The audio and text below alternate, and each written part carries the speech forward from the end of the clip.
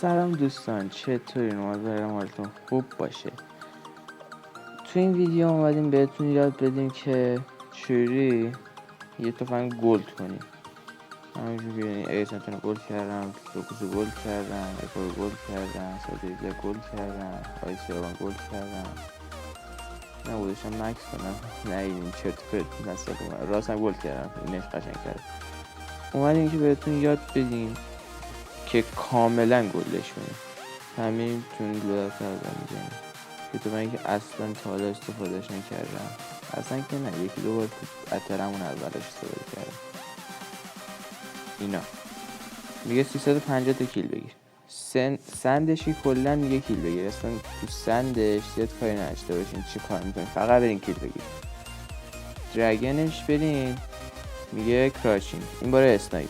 تو اسنایپ میگه کراچینگ یعنی بشینین و بکشین 45 تا انمی که بهتون این اسکین رو بدن تا تهش. دیگه میگن دیگه ما آخری ها رو میگن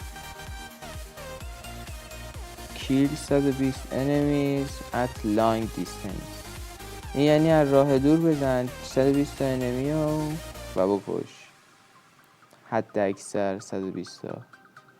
تایگرش یه 125 تا انمی بکش با فول اتچمنت، یعنی هر چی دارین رو بچینین رو اسنایپ، اسنایپ دیگه نه، رو هر دکانی که میخواین یا تبری که میخواین بجیدین 125 نفر رو بکشین. تو هر ردگانی متفاوته، مثلا تو اسالت و SMG هم متفاوته. اینجا میگه کیل 150 انمیز تو هدشات، میگه 50 تا هدشات با اسنایپ. اینجا هم همیشه اینا تو همه تفنگ‌های تیر میگه بدون اتچمنت انقدر آدم بکش که حد اکثر 60 است. 60. حالا میریم یه دونه اسالت هم بهتون بگیم، اینی که تا حالا هم جدید اومده ندیدم هیچیشو. میگه کیل بگیر اولیش، دومیش میگه با هیپ فایر بزن، یعنی بدون اینکه نشونه گیری کنی تیر بزن. اینا همون از راه دور بزن، با فول اتچمنت بزن، هدشات بکن و بدون اتچمنت بزن. گفتم اون آخریه و دومی هدشات باره همشون یکیه. میریم تو LMG هم یکی. آره من یه LMG هم براتون میارم، همون مثل اسالت. کیل انهی بکش، هیپ فایر بزن، لانگ دیستنس بزن، فول اتچمنت بزن، هدشات بزن، بدون اتچمنت بزن. SMG هم همونو گفتم و یه شاتگان. یه شاتگان میبینیم که استفاده کم کردیم ازش، نه همونو مثل همون اسالت. یه انهی بکش، هیپ فایر بزن، فول اتچمنت بزن، لانگ دیستنس بزن. خیلی سخته باید شاتگان لانگ دیستنس بزن، پس حتما اگه میخوایم بگیرین نشونه گیری رو بگیرین. اگه میخوایم اینو بگیرین نشونه گیری رو درست گفتم دیگه. همون مارکسمن همون اسنایپر دیگه، فرق نداره. میایم تو این باش رده های کلت، یه کلت رو براتون میگیرم. این میگه بدون اتچمنت بزن، این میگه لانگ هدشات بزن، این میگه فول اتچمنت بزن، این میگه چی بود؟ همون قبلی هست دیگه. ولی یه تبر براتون بگم که تبر و چاقو همش یکیه. میگه آتش آدم بکش، تبر رو من پول کردم زور بیسبال رو بهتون بگم.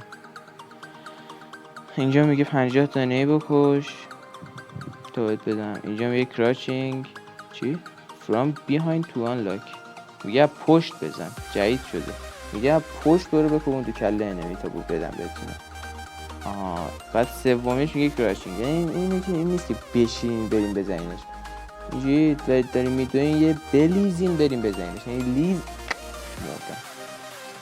اینم میگه get 2 kills without dying، بدون اینکه بمیری 2 تا کیل بگیر.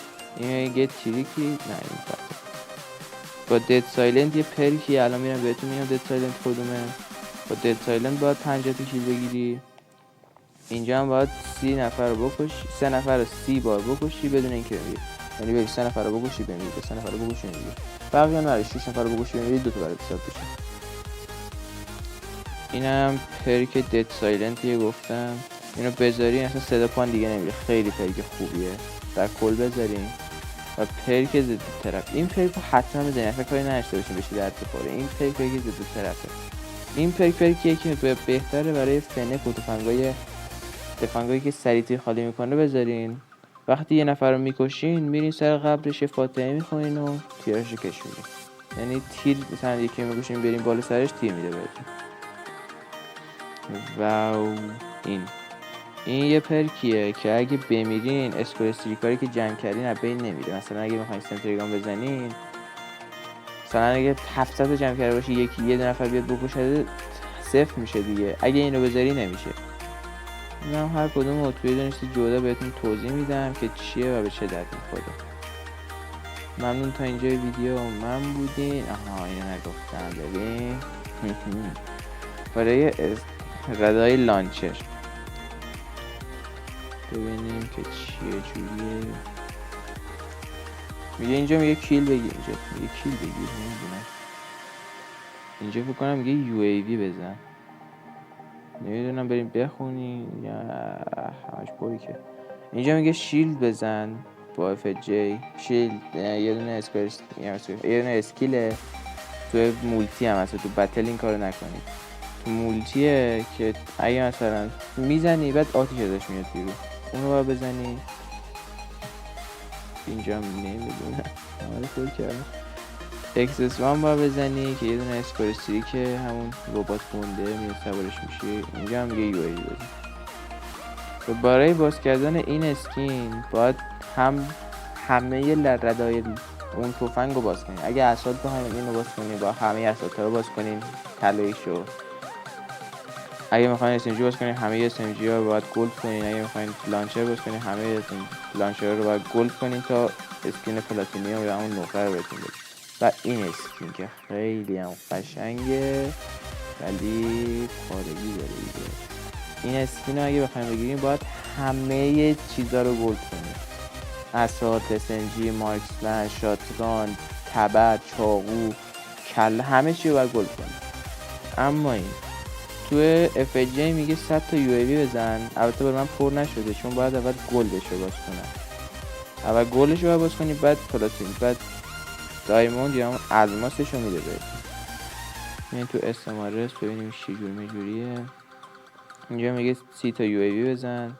اینجا میگه 30 نفر رو بکش به وقتی نشستی و همون حالت نشستن. 10 تا سنتریگان بتره کن. کولد بلود یه دونه پرکه بذاریم بریم باش کیل بزنیم. اینجا میگه با یه دونه تیر شات لانچر که همین یاروه چه اسمش رسه 2 تا کیل بگیر با یه دونه تیرش. نه 2 تا تیر بزنی وای دارم. البته نمیتونی چون یه دونه کلا تیر بده. با یه دونه تیرش 2 نفر بکشین. فکر کنم اینا همش باره مولتیه و نمیتونید تو بتل این کارو بکنید چون من این کارو کردم و نشده. خب همین دیگه. آموزش دیگه هم خواستین تو کامنت رو بنویسین حتما براتون میذارم. و اینم گلد کلپ گفتم. اینم خیلی اتچمنت خوبیه. اگه میخواین همین یه اسکرین شات بگیرین بهترین اتچمنت کلدی که تا حالا اومده تو کالا فیت خودم چیدم. خیلی اتچمنت خوبیه. سریع میزنید. خودتون بریم بچینی میفهمید چیه. به همین دیگه برین اینا رو بچین و اشغال کنین و حتما تزد طرف بذارین. ایناش کلد بلود اینو بذارین و باش برین با استمارس 50 تا کیل 40 تا کیل بگیرین.